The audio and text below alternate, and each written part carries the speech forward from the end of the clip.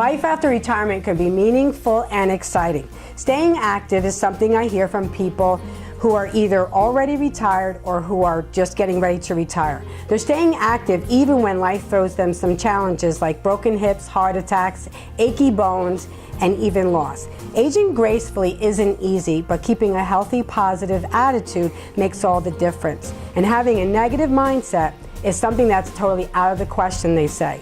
It only leads to isolation, bitterness, and depression, and also meaningless. So experts are saying the keys to successfully aging are accepting the changes and find meaningful activities. Facing the fact that we're all going to get old, and when they come makes all the difference. You know, just accepting it when they come, it makes all the difference. So when the wrinkles start coming, you just know that it's going to happen. We're losing our hair. You know, all these changes are going to happen. So they're saying to just accept them and just find meaningful things to keep you active. So finding things that are important to you can also help you to face these changes and these challenges and bring a lot more joy in your life when they come. So today's show is about aging gracefully and adjusting to life.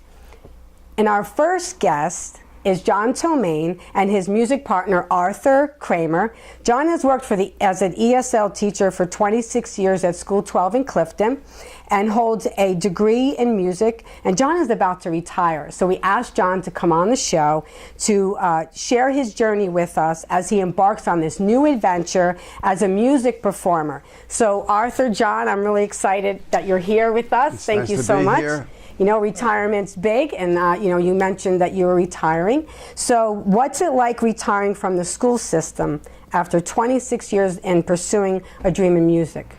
Well, I loved working as a school teacher. I loved my job. I taught K through 5 for close to 27 years at School 12 and School 12 Annex, and I worked a little more with ESL in a different district. I will definitely miss my students. Yes. But it's time. I'm getting up there. I'm going to be closing on 66. I just had a heart valve replacement, and I really do want to move on and do something else. I've always put my music aside for many years and pursued the ESL and bilingual Spanish also. Right. And I worked in there. So it's very exciting. There's a little trepidation. Mm-hmm. But I'm anxious to retire and move on. Exciting. So when did you realize that you wanted to pursue a career in music?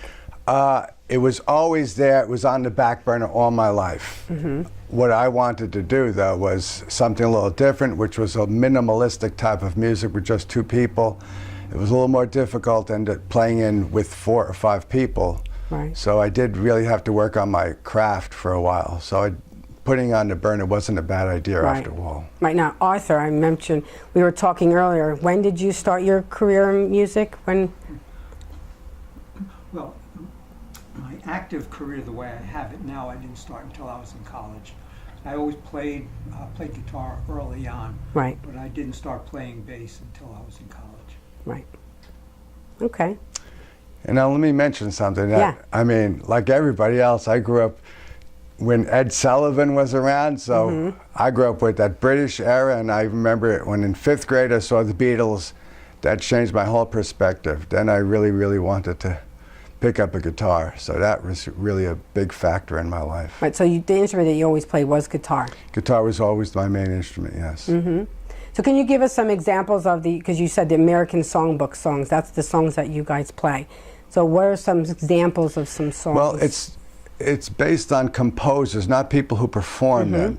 So George and Ira Gershwin wrote a lot of tunes. Cole Porter, Irving Berlin, Harry Warren, Rodgers and Hart, Rodgers and Hammerstein, Duke Ellington. That's a lot. That's a lot. And they all had a lot of a plethora of tunes that they wrote. Right. And a lot of performers performed them, so it wasn't really associated with a particular performer. Right. So it was associated with the composer. And then everyone just plays that music. Yeah, and everybody interprets it. Okay. So where did you perform in the past? Me, I've played at the Lily Garden, or is it the Iris Garden in Upper Montclair.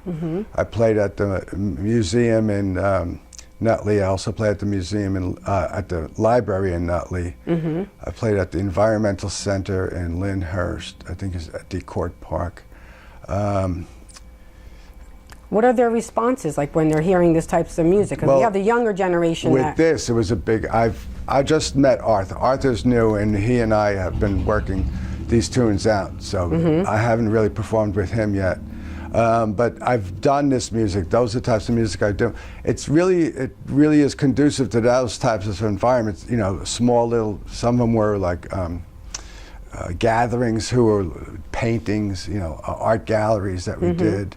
Well, you did the castle for us when we had the castle, the gala. There was 3 of you, right? That played there. That was beautiful. We had a saxophone player. You had a saxophone player. And my brother played the bass at this time. Oh, okay. Yeah, that was fun. He moved though to South Jersey, and I can't. So you can't recruit him anymore. I need a new bass player. So Arthur's here. So where do you see that your gift for teaching played out in your new career? Because you do have a teaching background, and now you're moving into this new season of retirement and pursuing music. But how do you see the teaching? It depends on where I'm playing. I mean, if I'm doing a restaurant, I'm not going to be talking. But if I'm doing a library, and I've done this before, we explain the song, we explain where it comes from, we explain the background. Right. You have to get that mindset that, we have a generation that follows a particular type of music. In the 1930s, there were young people that followed this type of music. Right. And nowadays we consider it like American standards. And this music was exported to Europe for many years, and it's still very popular in Europe. Right. It lost a lot of its popularity, although there's a lot of people who still follow this. Right. But it's not well talked about. The radio stations don't really play it this much, and because even the radio stations are changing. Right, and the oldies are no longer the oldies. Their oldies are like the 80s or something. Always trying to make money with the newer type of music. Right. So where do you see that this music is best performed at? Where type of places? Museums? Museums would be good. Restaurants would be ideal. Right. Somewhere where they don't want really intrusive music, where it's not too intrusive is a good word. Okay, I'll keep that. Right. Yeah. Okay, so so what do you kind of see like your vision? What's your little vision for this new season of retirement that you're in? I mean, are you going to just perform how many times a week, or what's your goal for this? That really depends. I mean, I know I'm retiring. I did have some health issues, and but also my age is up there. I'm going to be 66, so I really want to, redo some things. I want to get my health back together. Right. Other than that, performing where if I could, where I could find some things, if there's anything out there. Right. I mean, you're not going to go really like every night of the week. Just maybe just something nice, and it says to keep positive things, because aging, a lot of negative things are happening. We're worrying about our health. We're worrying about the changes and things that we can't do anymore. But putting the positive things in front of me every day. So I mean, you're going into retirement now, and you used to get up and go to school, and now you have to start really being intentional about putting the positive things that, things that mean a lot to you in front of you every day. Yeah. That is kind of like, and so you have this gift of music. What a great thing to just really be practicing and learning new music, right? Yeah. Well, I'm still going to try to I'm going to miss the routine of getting up in the morning. My wife does go to work still, and she's few years younger than me, and she still has to go to work, so she does get up. I usually get up and do the breakfast for her, and I do the cooking, I do the cleaning in the house. My wife is a professional, works in the hospital. Okay. She was a nurse. So you'll be keeping busy. She's a nurse and she's an administrator, so I pretty much take care of the house. Right. And I mean, I love to do music. There's a lot of young people who, well, young, I mean like in the 60s. But 50 and 60-year-olds? 50, so I mean, 30-year-olds or 30-year-olds listening to this type of music? Or do we have There are people like that, because anybody who's in the theater, this is part of what they know. This is their genre. And band, the people that are in band. Right. Yeah, the people who are in band. There's a lot of people, they may call them musical nerds, but I talk to young people a lot of times, and they don't really have a direction with music. Like when we grew up in the 60s, there were particular people that you listened to. Right. You know, and some of the music was intergenerational. You know, older people and younger people listened to the Beatles. Right. They listened to the Four Seasons. So Arthur, Yes, ma'am. you want to interject anything? I mean, you're semi-retired. Semi-retired. Semi-retired. What does that mean, semi-retired? Well, I work as an adjunct. Like I said earlier, I'm an itinerant adjunct. I've worked in a couple of different institutions of higher education. Right now I'm working 2 days a week. I work Mondays and Wednesdays. So I have classes Mondays and Wednesdays. I work every day. Right. Because when you're teaching a higher education class, Right. you have to prepare for them. Yes, there's a lot of work There's involved. a lot of work involved. So I work every day, but I only have classes twice a week. Right. So that's semi-retired. So it keeps you busy. That and my practicing. Right. Yeah, so that's really, I mean, I He's don't in think... he's in an orchestra. He plays with the orchestra. Yes, I play in 2 orchestras. I play string bass in 2 orchestras. Wow, very nice. So you're active. I'm keeping This is, keeping active definitely is key to retiring and I aging gracefully. I belong to a gym. I go to the gym in the morning, and I lift a little bit of weights. I don't do heavy weights, but you know I do. Right. Strength, I call it strength training. And my cardio, or, you know, exercise, and I keep up with that. So. Right. All right, so listen, so thank you so much for being on the show. And I look forward to, you know, just following you. Just really just, you're on a journey of music, and it's a, you know, a new adventure that you're on. So thank you so much. Thank you. I wish you all, you know, the best of luck, both of you, in performing, and hopefully you can get some gigs, and I'll see you maybe in the library. Okay, good. Yes. Great. Thank you. Thank you. So John Arthur, can you play us a song? Sure, we're going to do a song by Ira and George Gershwin from the 1930s. It was a very popular hit. Okay. 2, 3, 4.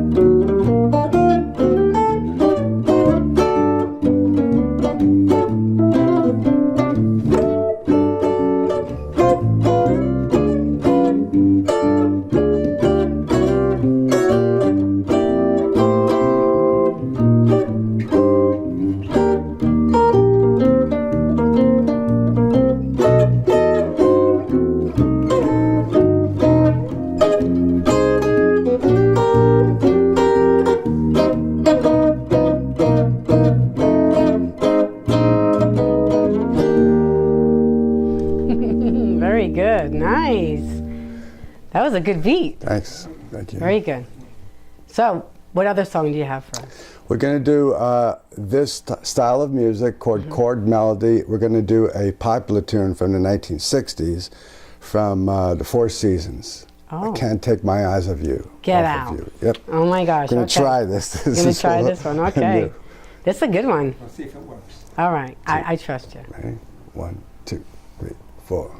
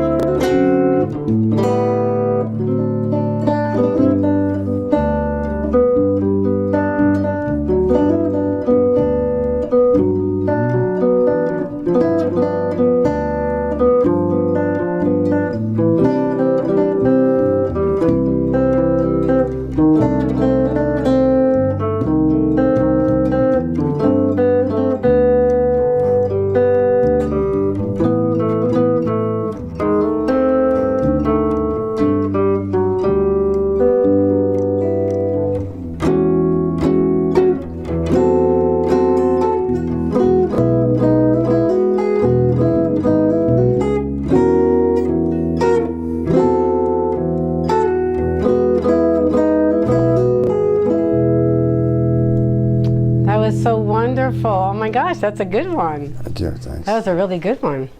Nice. So a lot of young people like that song, no? Well, that's the area that I grew up with, that type of music. Right. On today's show, we had an opportunity to talk to John and Arthur about their career into retirement and doing music. But we had another opportunity to talk to some seniors at a gym that we went and visited in February. So I just want you to listen to some of the encouraging words that they're saying about staying active and keeping themselves fit. So just listen, and I really hope that this encourages you.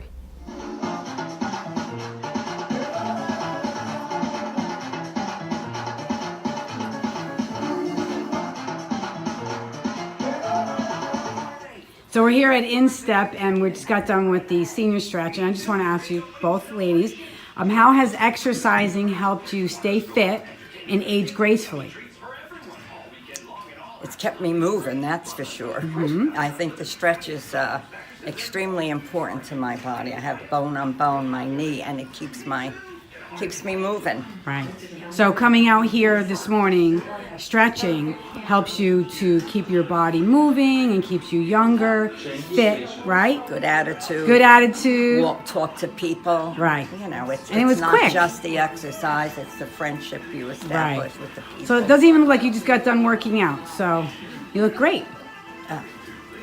Keep it up. Feel good. Good. Okay, so and the only thing I can add to Barbara is that I have very young grandchildren, and I babysit. And truthfully, I want to stay fit and active with them.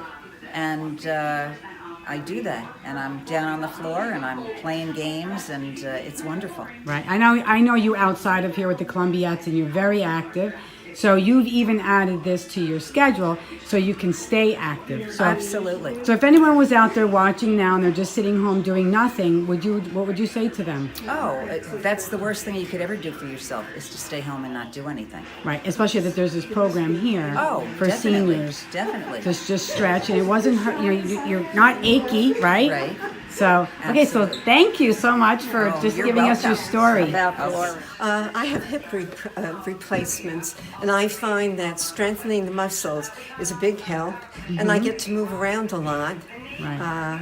It's really worked, and just the social aspect of it too really is nice. Right, so the program here at Keeping in Instep has shape, really helped you. yes, I've been coming here for about, I'd say 6-7 years. Nice. Yes, Okay. yeah. So you're pretty much a daily person coming. How many times I a week in do you 3 come? times a week. 3 times a week. Yes, So you yeah. do the senior stretch or you do the circuit? No, I just do the exercise machine. You do the circuit. I saw you Yes. going around the circuit. Uh-huh. So nice. So thank you so much. And if you're anybody was welcome. out there My listening pleasure. now, what would you tell them if they weren't exercising?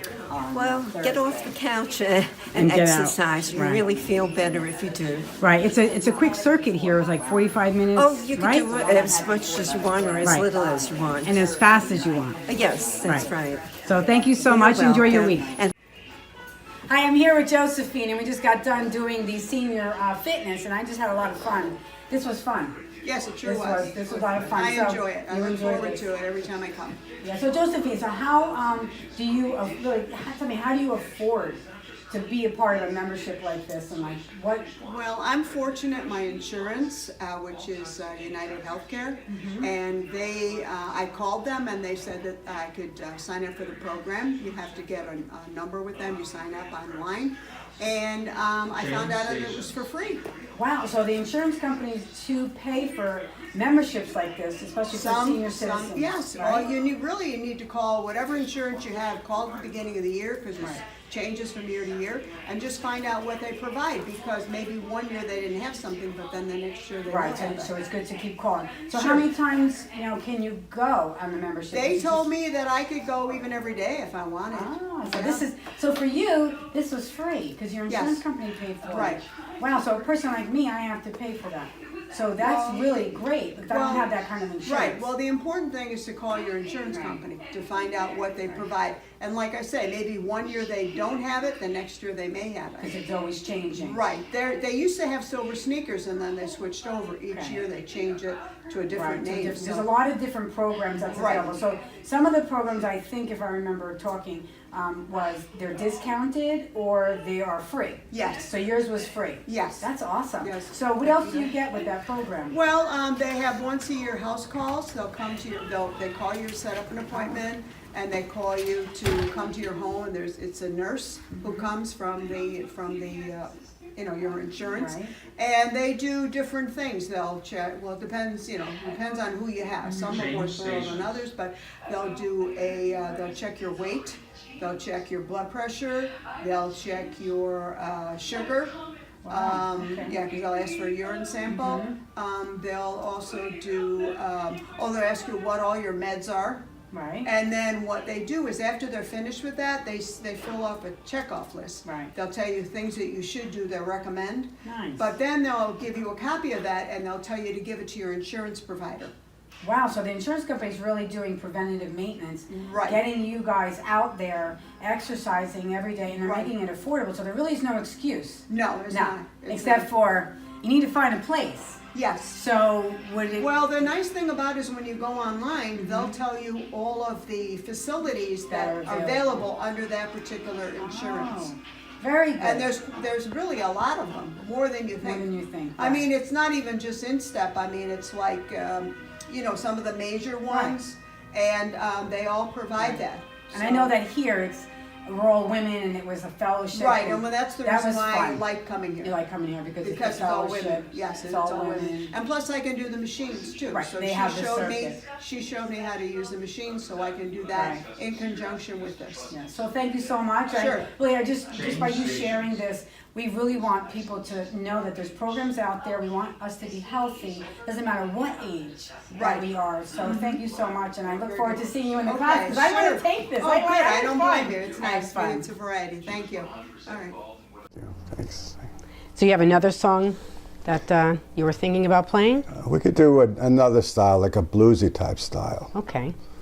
And we're going to start with C, D, and G, right?